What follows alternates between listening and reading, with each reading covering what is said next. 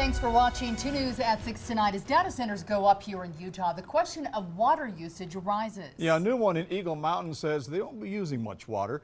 Our Brian Will spoke to the experts and some lawmakers to find out how much water these data centers actually use.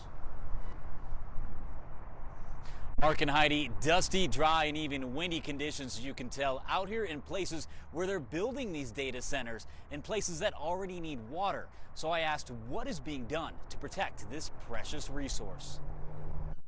Construction trucks flow in and out of this future data center in Eagle Mountain.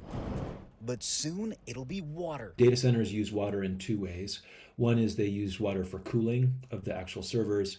The other, usually larger way that they use water is in the production of the electricity that runs those servers. The operators of this new data center say they will be using a closed-loop cooling system. The first generation data centers, they used a lot of water for cooling. The new technology they're using is a closed-loop cooling system.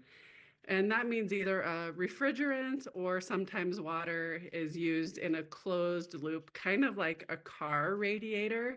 Sitting across from this new data center sits one constructed in 2018 whose water use remains confidential and is not subject to a new water transparency law. This year, the legislature passed HB 76, led by Jill Coford, that requires all large data centers moving forward to report their water use. HB 76 was an effort to really just bring some transparency and reporting to this space.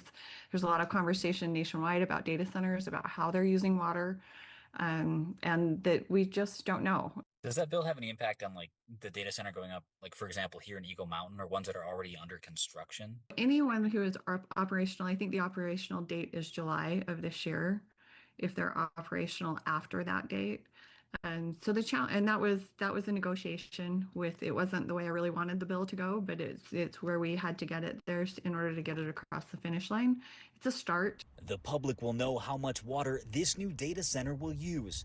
I asked the company behind it about their planned water use, and they said in a statement this center will require a one-time fill for the cooling system and that city water will only be used for bathrooms, kitchens, and irrigation purposes.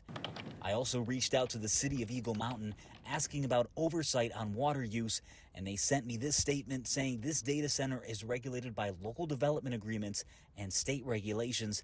They also said as new phases are proposed, they must go through a review process. It's great that we're having less use in the data center itself, but then we have to kind of follow that upstream and see what does our water look like in terms of power generation. So, you know, there's always questions we have, but things are making progress.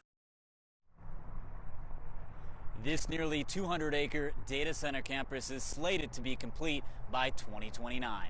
Live in Utah County, Brian Will, KUTV 2 News.